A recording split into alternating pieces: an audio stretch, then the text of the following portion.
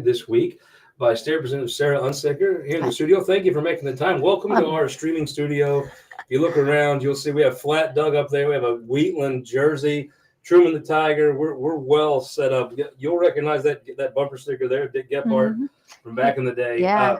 And we have with us the newly married Kelton Turner. Kelton, two questions. One, did you get any AC/DC at the ceremony? We did not. Weak. So I guess since you didn't have AC/DC, you did actually get married. I did, in fact, yes. Okay. I thought that was true. Also, when you're taking marital advice from Lincoln and I, those are problems. So good call on not swinging at that pitch. Congratulations on being married. Let's jump right in. So if you have a Twitter account, you have seen the firestorm around your Twitter account the last, what's been a week now? It's been a week, yeah. A long week, I bet. So what the hell happened? So I don't even know. A weekend, I think Saturday and Sunday, I posted some things about, cashew chicken and how, that was kind of a distraction. Posted a couple jokes about, who likes cashew chicken. And all of a sudden I am, in trouble for, I don't even know what, because nobody's. We should point out cashew chicken invented in Springfield. Representative Jamie Gregg's bill to make the official dish of Missouri. Right? I mean, yeah. It's one bill among how many that's been filed, Okay, I missed some of this. We get into Christmas time. I love Christmas. Took Gussie to Warm Springs Ranch over in Cooper County this weekend. Beautiful, beautiful place. It felt like it started with you trying to show how easy it is to manipulate the internet or Twitter. And I will say, right-wing, left-wing Twitter are just the same people looking at each other in a mirror. It is just the same folks who are always triggered, offended, angry, always looking for anything they can make political and upset. I guess I've just never cared much what folks on Twitter wrote. But I see the point about how easy it is to manipulate them. And you were talking about how easily they got distracted with cashew chicken. But if you're a left-wing activist and the supermajority of Missouri General Assembly is worried about cashew chicken, well, they're probably not worried about a lot of other things you care about more, right? Right. Cashew chicken, I mean, the left wing was talking about cashew chicken. And it's like, guys, this is not our biggest issue. And all of a sudden I'm seeing a whole bunch of outrage over it. And it's like, what is going on? Well, I mean, it's one of those things. It's like the best friend, like I teased Brian Williams. He's never actually been a senator because Bill Eigle's done his work for him. He's been able to, Doug Libla bought Brian some filibuster shoes when he was a freshman. He hasn't even broke them in. Let's wore them out. He hasn't had to break them in because the Republicans in the Senate just fight the Republicans, which I'm sure doesn't hurt any of the feelings of anybody from Rizzo to Garland. Anybody, just go right ahead, fellas, fight it out. So you posted a picture of yourself and a gentleman named Charles Johnson and Eric Garland. You having a beer or drink or something on December 3rd? Right. Yeah, I had lemonade. It wasn't even a beer. It was just lemonade in the middle of the afternoon. Cold frosty one anytime. So the reaction was pretty heated. First of all, I for the folks that maybe watch this that don't live on Twitter, who is Eric Garland? Eric Garland is a St. Louis resident who I met a few years ago to talk about some issues related to the county courts. He had seen some issues in his own case and from talking to other people, and had some real concerns that I met with him to talk to about those. We've talked since then. He's been active on Twitter. He posted a few years ago, before I got to know him, about foreign interference in the 2016 election, which I think a lot of what he posted then has been proven true since then. But, we started talking because of local issues and issues that matter to Missourians. So then there's a gentleman, I wasn't totally clear, and I may not be the best Googler, and Kelton's had other things to do today. So I don't know, maybe I didn't understand where he was particularly controversial, but there was a gentleman named Charles Johnson. Right. Now, Mr. Johnson seems to where he don't mind a little bit of controversy, right? He's poked a few holes. Yeah. So first of all, I've seen several people when I posted this said, well, he's a Holocaust denier. I have never met Mr. Johnson. I've never heard of Charles Johnson. I've heard of a catcher from the Marlins named Charles Johnson. I don't think that's him. I don't know this gentleman at all. But I read some of the things he'd said, and in your opinion, is he a Holocaust denier? I have never seen an allegation of him denying the Holocaust. Never seen anything from him denying the Holocaust. No. What I did read was he questioned how many people died in the Holocaust. Right. Now,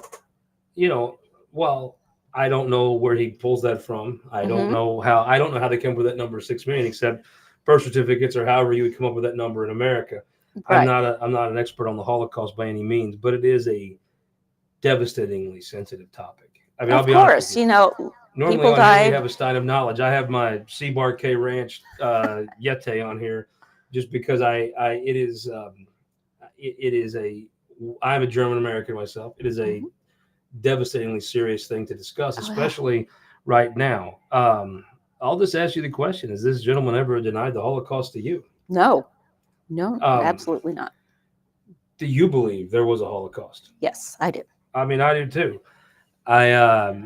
I guess when my assumption is some people reached out to you with some concerns that you were in a photograph with a gentleman that denied the Holocaust. You know, I bet they weren't. Most of them weren't doing it. They were probably doing it out of concern, right? They probably didn't. I mean, a couple people reached out on Twitter. I talked to a couple Democrats, including Crystal Quaid, about what really was going on, and said, you know, they're not who they're alleged to be. But people have never asked me about specific things that Mr. Johnson has said. They've just, you know, said, well, why are you associating with a Holocaust denier? And to me, that's a character assassination, a characterization that I don't know how to specifically address without actual evidence of some sort. Well, I did read, and again, I am not the best on Google, but I did read where there was a documented by, I think it was the Anti-Defamation League. Okay. Had said he had questioned the number of people that were killed in the Holocaust and some specifics about Auschwitz.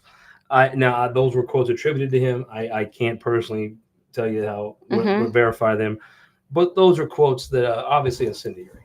I mean, those are quotes that you know, I don't know what he's using to base that claim off of, but obviously, you know, that's going to strike a lot of folks real bad.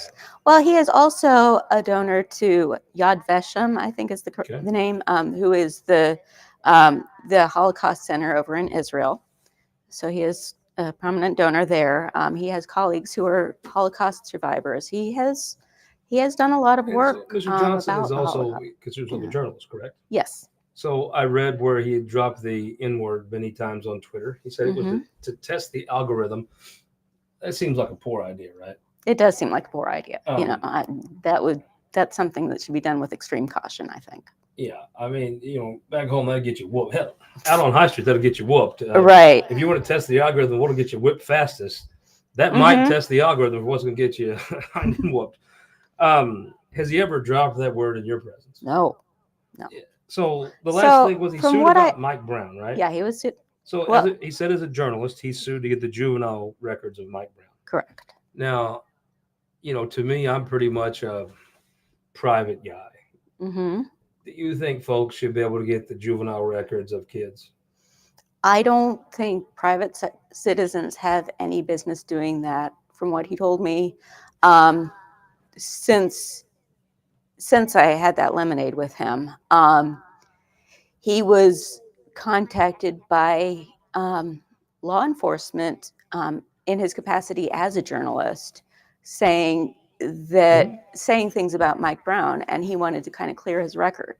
You know, was he involved in a gang? There were folks that told me that people were saying juvenile different things. Record, that it was obviously something you couldn't get. I have no idea if the truth of that or not.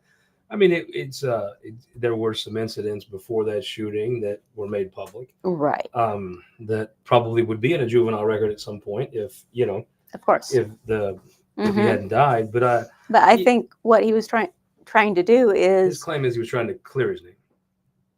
Yeah, I mean, or not clear his name, but kind of clear up the record. You know, who was this person? You know, and especially I don't believe anybody's got a business poking in a kid's juvenile record, do you?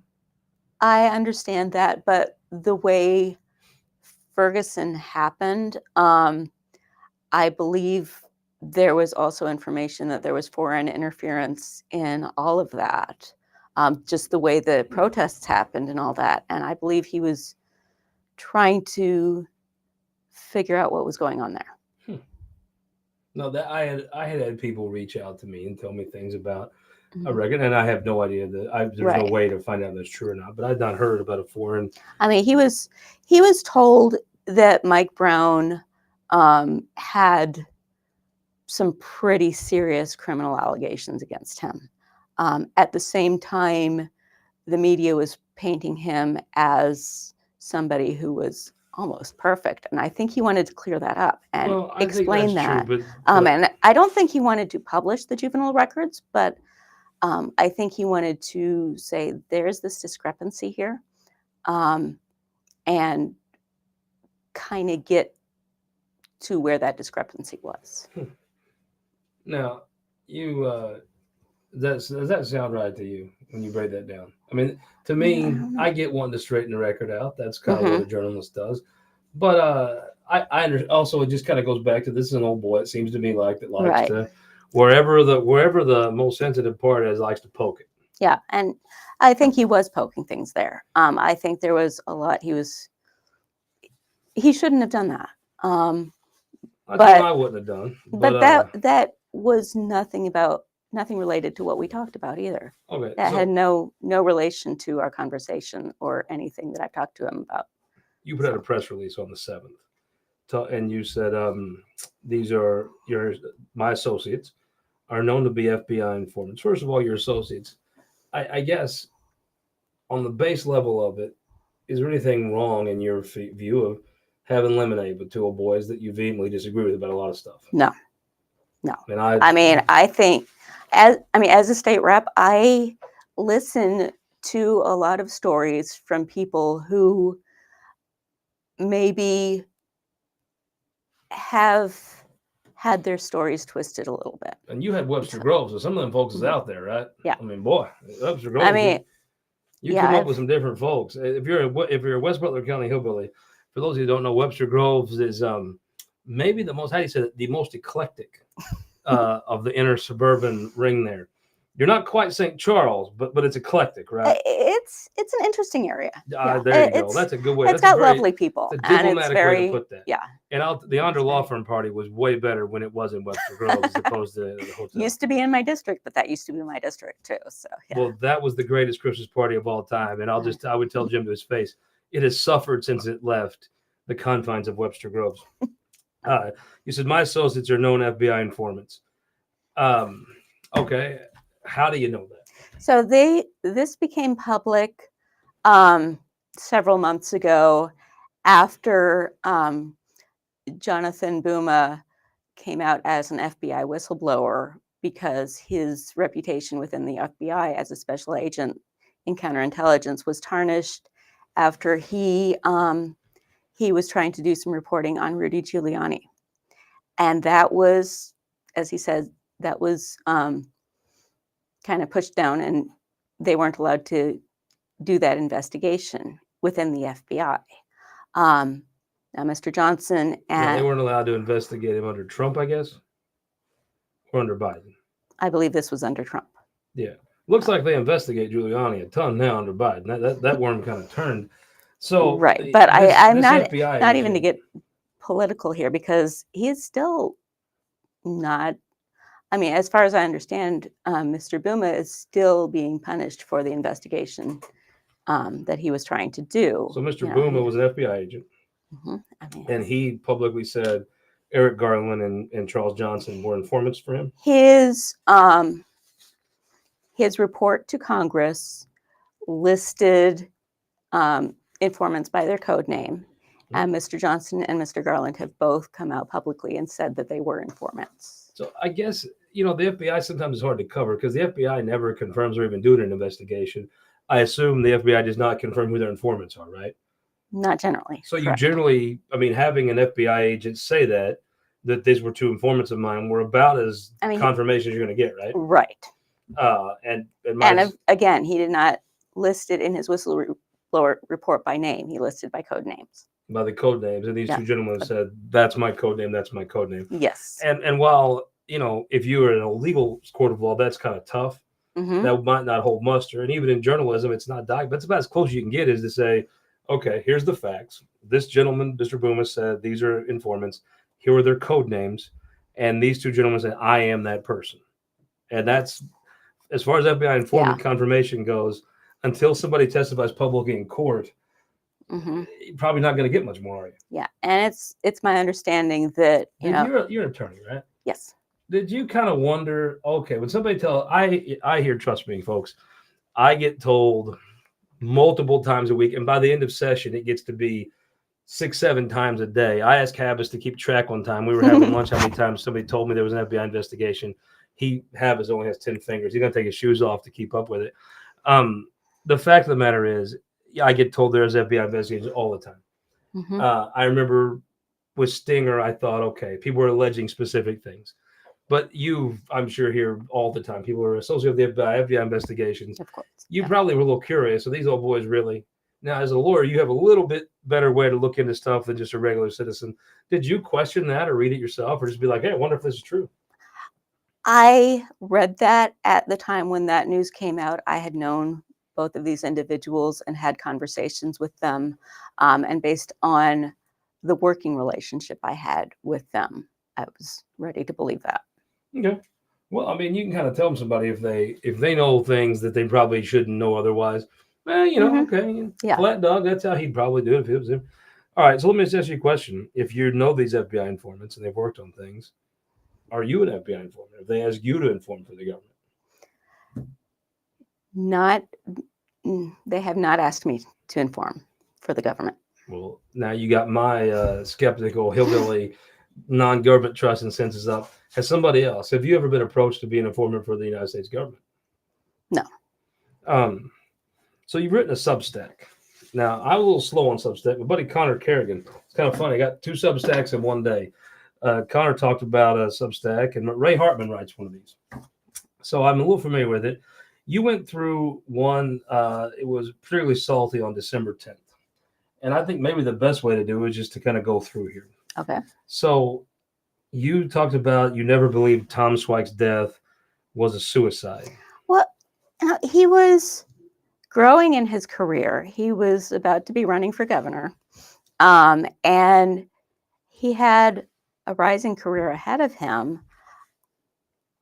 It's not, I feel like it was more of a gut reaction than anything of, oh my gosh, what happened here? Because it took me completely by surprise when I heard it. I was not a politician at the time. I was a private citizen, but I heard that. I'm like, I just always felt like there was something more to the fact that he died suddenly by suicide than the story that was being told. But do you have any information about? I don't. It was a gut feeling. Tom's a friend of mine. I met his family. I was at his funeral. Tom had a temper. Tom could be volatile. He passed away by his own gun at his own house with his wife there. Right. Just a gut feeling. Now, you're a person. And I never met Tom Swyke. So, it was not. Attorney General, though. You're now a senior member of the House, an elected official. Yeah, it's amazing that after 7 years in the House, this is my second time on the air with you, and it's second time within a month. That's good. Yeah. But yeah. Do you think, though, I've watched you critique some other members of the other party, and you've that have said things without some verification. Do you think you owe it to Tom's family, who St. Louis County, just like you, and to folks in politics to, before you raise that question, to have something to go on? Because I personally tell you, if you had some information that Tom did not die by his own gun, boy, I'd sure like to know that. But if it's just something if it's just pure speculation, if someone else did that, would you be critical of them? Yeah, probably. No. Well, let's talk about. And I now that you pointed out, I owe them a phone call after this. And then I remember I read here the next thing was about Core Faith Walker. Now, I'm a skeptical hillbilly. I do not think Core Faith Walker did drugs, illegal or otherwise. Now, I would bend my elbow with Cora. I think Cora was a wonderful conversationalist. She could tell a story I'm not sure. I know anybody that could tell you a story like Core Faith could with the passion and the and we certainly bent our elbows a few times while we were telling stories back and forth. She would tell hers as a highly intelligent, very passionate, liberal, most government employee. I would tell mine as a simple hillbilly, right-wing businessman, and we'd have different draws in our voice, but we'd have a great time. I actually did believe she died of a condition. I never heard her ever talk about doing drugs, having drugs. I think she was the kind of person that might have shared if she had. I never heard her ever utter that. Did you ever hear her talk about drugs or anything like that? No, but I did hear rumors right after she died that it was a drug overdose. And I loved Cora. She was dear. She was wonderful, and I still miss her as a state representative. You two's ability to ascertain public policy. I always respected you, somebody that really knew public policy. She really knew public policy as well. Yeah. I believe she was under especially in the House when I knew her best, she was under a lot of stress. Well, she's rumors were, you know what I mean? There was a lot going on. She was under a lot of stress. We were worried about her. I know there were rumors that she was doing drugs at the time. I don't know whether that was true or not. All I know is that whatever was bothering her bothered her a lot. And that concerned me. But when I said that in my blog post, I didn't mean to imply that it was a drug overdose. That was not the implication that I was intending. Can I make an observation? Yeah. It feels like to me, you're somebody that is a very serious policy person. I've watched you in the legislature and on Twitter get frustrated when people aren't being serious. Right. I think that your harshest critics would say, you take this job seriously. You take public policy seriously. Yes. It feels like to me, when this backlash started from this picture, maybe you wrote that from a place that was raw. Yeah. If you had it to do over again, would you have mentioned Tom or Cora? No, I wouldn't. I really would, and I'm not. Yeah. I don't mean to, you and I know each other. We don't know each other extremely well, but I do know of you. I have watched a lot of politicians. I've certainly watched you. It felt to me like that was something maybe done out of the heat of the moment and stress. And we've all been there. If you trust me, that damn Twitter gets more folks in trouble because you don't get right. What Abe Lincoln do? He'd write a letter and let it set 3 days. And with Twitter, you don't get that Abe Lincoln cooling off period. And I do think that did not sound like you. Right. Now, there's a couple things in here where they talk about you get into some policy stuff. Yes. And you talk about there was a hearing today for the Department of Mental Health Appropriations Committee. There was a committee that until recently you were on. Yes. We'll get into the process of how that works in a minute. But I'd heard from some people, and with this is why I wanted to interview you, because sometimes you read a tweet here and somebody texts something there, and you have a conversation, and all these things get out. What are some questions, since you weren't allowed to be in the committee today? What were you going to ask? Well, one of the things I wanted to explore is how the Department of Mental Health uses psychotropic drugs in its facilities. What is that? What would that be? That is, I don't know the specific dictionary definition, but it's drugs that just kind of alter mood and ability to think, basically. So things that deal with anxiety or things that deal with depression. Right. Those are psychotropic. Gotcha. I'm sorry. I just didn't know what that That's okay. No, I appreciate that because, people need to know. But especially when people are in mental health facilities, I have heard allegations that I think need to be looked at of how much are they used, and are they used in a sense to punish people? I don't know the answer to that. That's something I would like to ask the Department of Mental Health, and had hoped to kind of maybe bring up and talk about a little bit during session. When they're there explaining their budget, they probably have their ears open more than the rest of the time. So it was more, your question was about how they use, I guess, prescribe, pay for those types of drugs for folks that are in institutions or just being treated or. Right. So it's kind of like, what's that show with, oh, damn, Kelton. One Flew Over the Cuckoo's Nest with Jack Nicholson, right? I mean, there was some. That's kind of they'd put you on those drugs if you were acting out, so you'd shut up. I mean, Yeah. which I get that. I don't. I understand that. I'm a big fan of asking the bureaucracy questions, and Right. and I mean, I've heard your associates, your friends call conspiracy theories. Well, that's what a visionary is called until they're right. I mean, I don't know if any of their conspiracy came true. Right. I don't follow that closely, but I mean, I do think asking questions, nothing wrong with that. I hope the allegations that have been made to me are completely wrong, and I hope this isn't right. This is not something I want our state to be doing, but it's something that should be explored if these allegations are being made. All right, I'm flipping through this Substack here. You have folks calling these Nazis. I've never thought of you as a Nazi. Obviously, Elad Gross, he's a hardworking dude. He's making hay of this. As I have to say, anybody in these names up here, if your opponent was caught in one of these, I'd make a little hay out of it. It does seem like he's making. Do you feel like he's being threatened right now? I have not threatened him. Nobody I've heard of has directly threatened him, but he is saying he feels threatened, and I am very sorry if he does. Well, I'll address this. Does Elad Gross have anything to be threatened by from you? Not from me. And if there's any reason he feels threatened, I hope he would come to me directly and talk about it and ask about it. Right. Or the cops. When you do what I do, you get a lot of threats. And see, some folks think I overeat. This is just a bulletproof vest. No, I just overeat. All right. So whisper campaign. Sounds like conspiracy theory, a racketeering type. I think everybody has learned your Law and Order, Back to Blue folks. Whatever you think of Trump, I think most folks in their gut think something's fishy about all of a sudden he's president, now he's getting indicted every third week. There is some folks that are having questions here.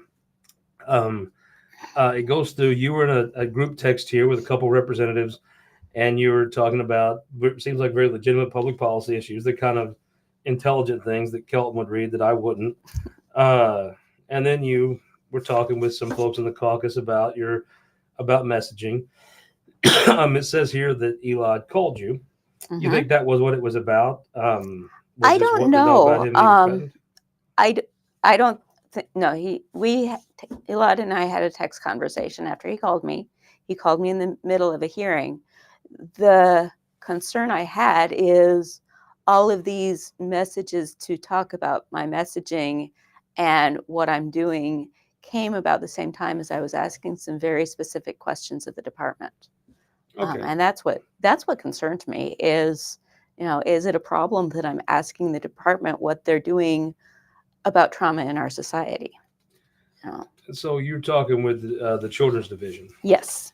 It seems like from the budget hearing, you had some questions about the Children's Division. Mm-hmm. What is your concerns there? Well, one of the questions is I wanted to know how often do they close a case when there's a hotline call made, just based on the fact that there's a child custody case going on. I got involved in a case over the summer with a person who ended up losing custody of her child. I got involved after the case, so after the trial, but was in looking at her case, I saw a Children's Division report that had been made at one point where there were some pretty serious allegations of sexual abuse with very specific things in the report. And that was closed because there was an ongoing custody case that the other parent had filed. And I wanted to know how often that happens. How often does it happen that there's an ongoing custody case and they close the file without investigating? Well, tell me how that works. I mean, custody hearings can get rough. Yes. Folks can, I would say, they're in a heightened state of stress. They might make a phone call or an allegation they might not make in another situation.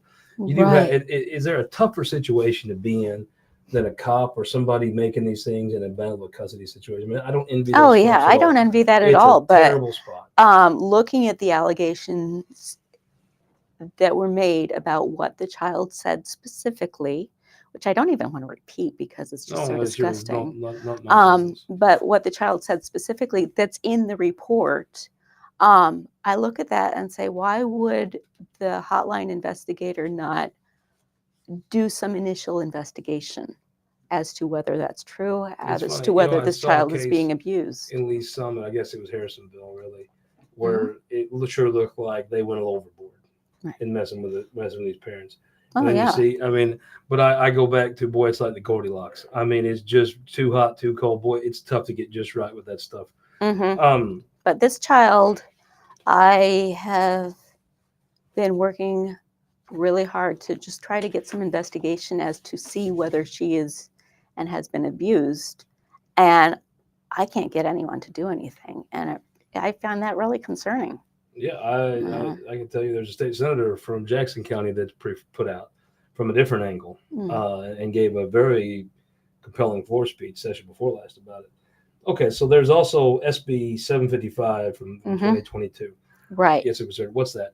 That was about sex trafficking of children. There was a council created in that one that was supposed to create, a statewide council on sexual trafficking and exploitation of children. Something along those lines. It's a very complicated title. And I have been co-chair of that council.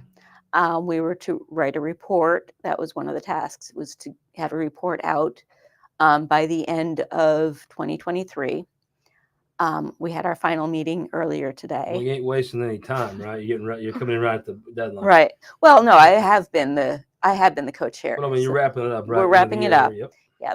We went over the report, and it is not finalized. And then we took a vote on it without having a final product. And, I don't know if signatures are going to be on that, but I have some concerns that what happened in that council was more about taking half measures than about getting a full report and making some real change that's going to help kids. Okay, so yeah.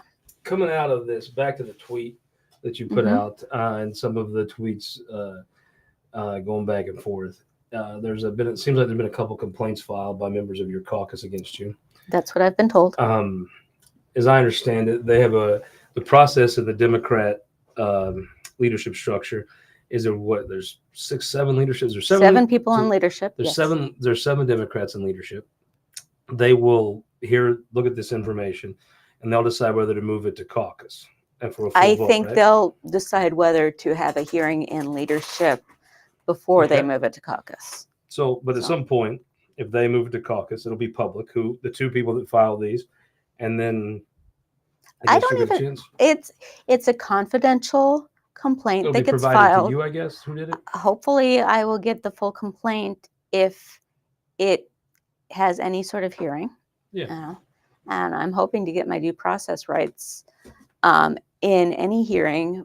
But I have sent a long letter to Crystal Quaid and Mark Powers, who is her chief of staff, just asking for the procedure, because the procedure as outlined in the rules is pretty brief. And it's like, so I want to know. Right now, you've been pulled off committees. Yes. So you weren't able to go to the Appropriations Committee today and say. Correct.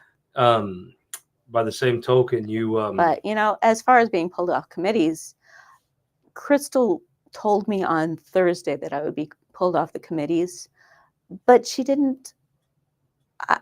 I had my LA go search for the letters pulling me off committees this morning because we hadn't received anything in writing other than the press release that was sent to me by a journalist. Okay, so she called you, but she called me, but didn't even send me the press release, didn't copy me on the letters replacing me on committees. You're pretty active in committees. I've seen. If you're in the House minority, it's really the place you can be. It is more important than the floor, frankly, as far as being effective. So committees is a big deal. It's probably a bigger deal if you're in the minority party. Right. And I think even folks that aren't happy with you from the last week and a half would say you're a very active, quality member on those committees. I do what I can to get the information out, to get the right questions asked, and to make sure the laws are being done well. Well, I think you do your homework. So what I would Yeah. say is you when you go to the committee, you know what's going on, and you're ready to Right. hold the bill sponsor, the bureaucracy accountable. As this process moves forward, it appears that you won't be on any committees until this process is fleshed out. That's what I understand. As of right now, why have you been told you're not on a I committee was today? told I was taken off the committee, basically, as I think the press release says, because of my associations with other people who are not Democrats. So specifically Mr. Johnson and Mr. Garland. So my assumption is if you had two members of your caucus that were put out with you enough that they would file these complaints, you'd want to talk to them. Have you been calling your colleagues? Do you have some? I've called a few of my colleagues. Most of them don't seem to want to talk to me. The people who filed the complaints, I don't know who they are. I have not seen the complaints.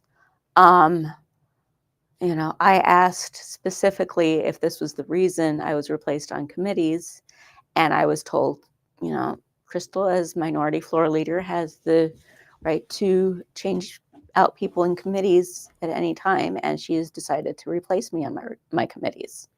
But that's as far as I've gotten as far as explanation. My assumption is the folks that filed these complaints didn't start off being enemies of yours or out to get you. They feel something's wrong. I mean, I think I had a very good relationship with most members of my caucus. Can you understand why some folks would be ticked at you for that tweet? Yes, but I wish they would have come to me and talked to me about it first. What would you say to somebody who is not out to get you, is not out to be a jerk, but truly thought, you know what? I think associating with those two people from what they'd read about them, which frankly, if you Googled them, you're probably going to see negative things.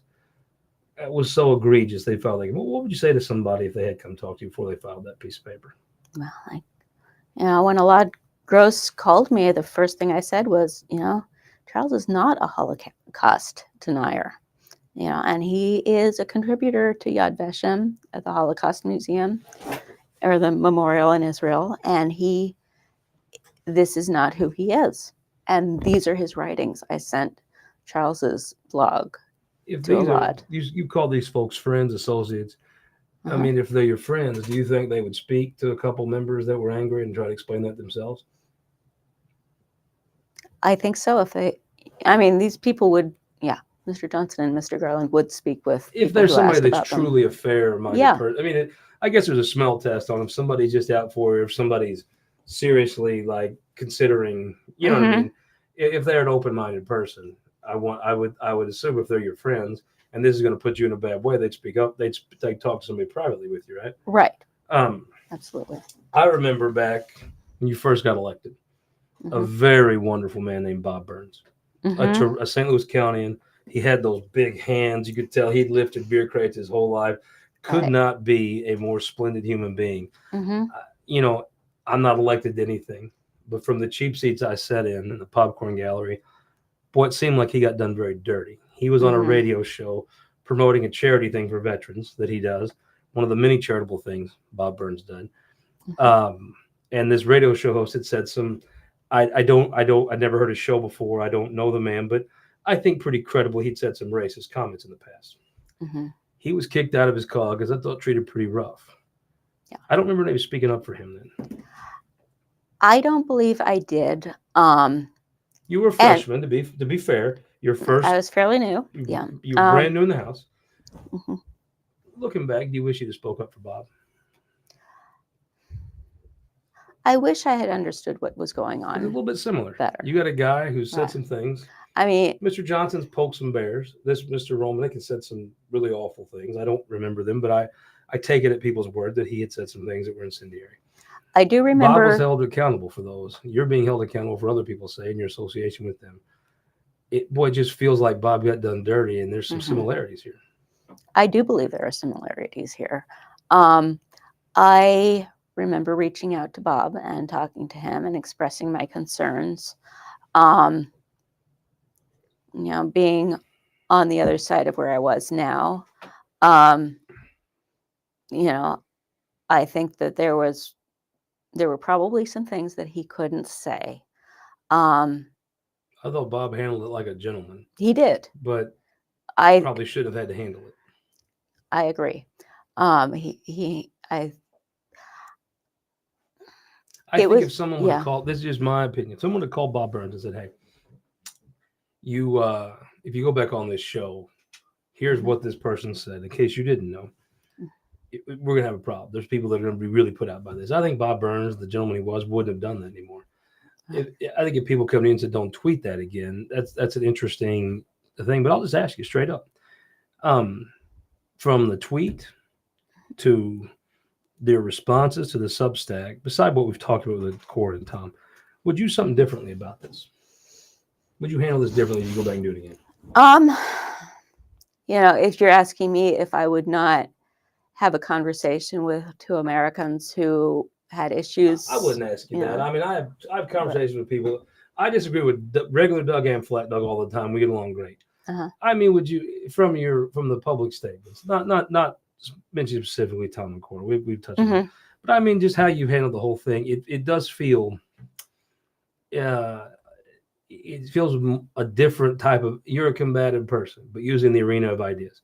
This has felt a little more combative. Yeah. Is there would you handle this differently if you could have, from the minute you sent the tweet on? I would like, I will freely admit to not being the best politician.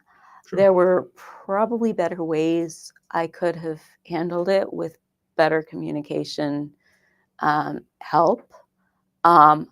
I don't know at this point what I could have done differently other than the recommendations I received to completely disassociate with people, which I don't think that is the correct path either. I don't think throwing the people under the bus for accusations that I don't, for character assassinations or character accusations, I don't think that's the right thing to do. On the other hand, did Charles say some things long before I knew him that I disagree with? Absolutely. And I do not support those things that he had said. But that was never a part of the conversation I had with him. And that was never anything. That's not the person I know him to be. I'll just ask you a question, kind of how to kite the cabbage. I have seen Crystal Quaid support you before.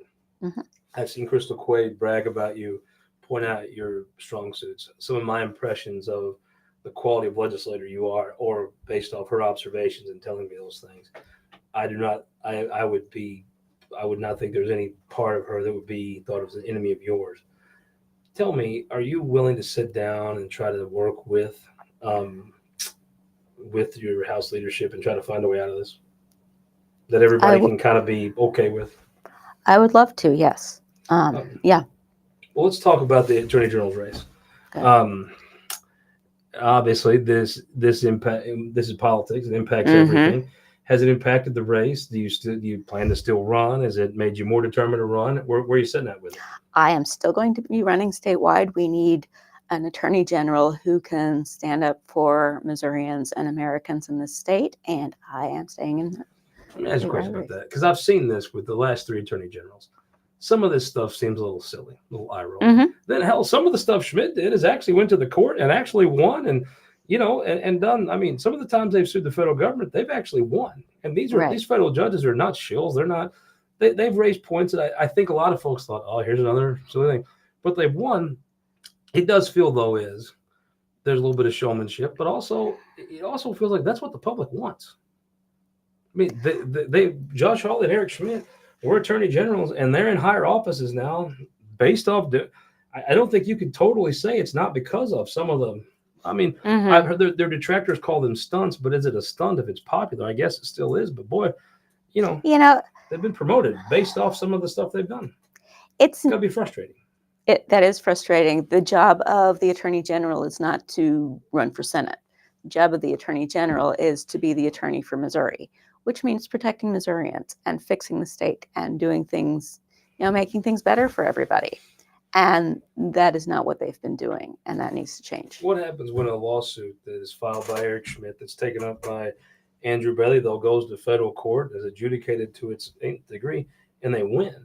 I think it gives them more credibility when they step out of the norm. To me, when they win a few of these, it does give more. I start rolling my eyes all the time too, but I think after a while, if you win a few of these, I'm like, well, okay, well, you get more credibility, right? I mean, it's more credibility, but it's also not the job of what they should be doing. When people come to me and say, my employer closed, I didn't get my last 2 paychecks, and I'm out. I heard you talk about that before. That's interesting. Yeah. Yeah. The Attorney General should step in for the citizens of Missouri and say, hey, this company needs to pay its employees, and not just say, we can't do anything. All right. Yeah. So last but not least, Attorney, you probably can't be in on this because Kelton, I'm not trying to rat him out. You're not a cop yet. So, but she does know informants, Kelton, we should say. Kelton has an illegal gambling ring that he's been running. It's been an illegal college football pool. I just so you know, Kelton busted out last week. So I think he really went through the marriage, so he didn't have to take grief from me. We bet it was, what was it, 6.5, Georgia, Alabama, 6.5 points to Alabama. Mahoney, Lincoln, Aaron Baker, and Kelton all took Georgia. One simple hillbilly came in and took took Sweet Home Alabama, took Coach Saban. Kelton, I forget. I can't remember. Who won that bet? It may have been you. It might have been me. It just might have been me. So you can decide to play or not. You can view it as a form of social protest. This is more peaceful protest than anything else. We think that's ridiculous. The government tells you what you can do with the money they don't tax. They say you can't bet on sports. Kelton, the line for the Goodyear Cotton Bowl Classic, Mizzou, Ohio State. Mizzou is a 2.5-point favorite. Who are you picking? He always picks Mizzou. I'm going to have to go with Mizzou. He always does this to make me look like an asshole. I'm going to go with Mizzou too, but I actually think they're going to win the game. I think they'll win and cover. All right, who do you like? Mizzou, -2.5. It's $10 a pop. Of course, I'm going to say Mizzou, but I'm not going to enter the gambling ring because I just don't. Is that the most politician answer? You said you're a bad politician. She picked the hometown team in the state she's running for attorney general, but then she wouldn't gamble on it because she's going to run for it. She's running for attorney general. This is, by the way, just a shout out. This is a Kennett Indians hat from Kennett down the Boot Hill. Nice. Good folks. I have a gift for you. This whole thing started with Cashew Chicken and you showing how easy it is to manipulate the internet, right? Well, I have a gift for you. Thank you for the time. Oh. I have you some straight from Jeff City cashew chicken. Lovely. You can see Jamie Gregg will appreciate this.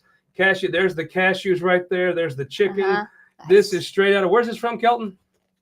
It's from Hunan here in town. Hunan's actually really good. There's your cashew chicken. Thank you so much. Thank you for making the time. I sure appreciate it. Thanks. You could see us. We're going to be in here tomorrow with Garrett Hawkins, the birthday guy today, the president of rural Missouri. And then Sunday on the show, our last show of the year, we will have the guests we've had on for the last 10 years now. My God, the gray hair is creeping up the side here. Eric Schmidt will be our guest this Sunday for This Week in Missouri.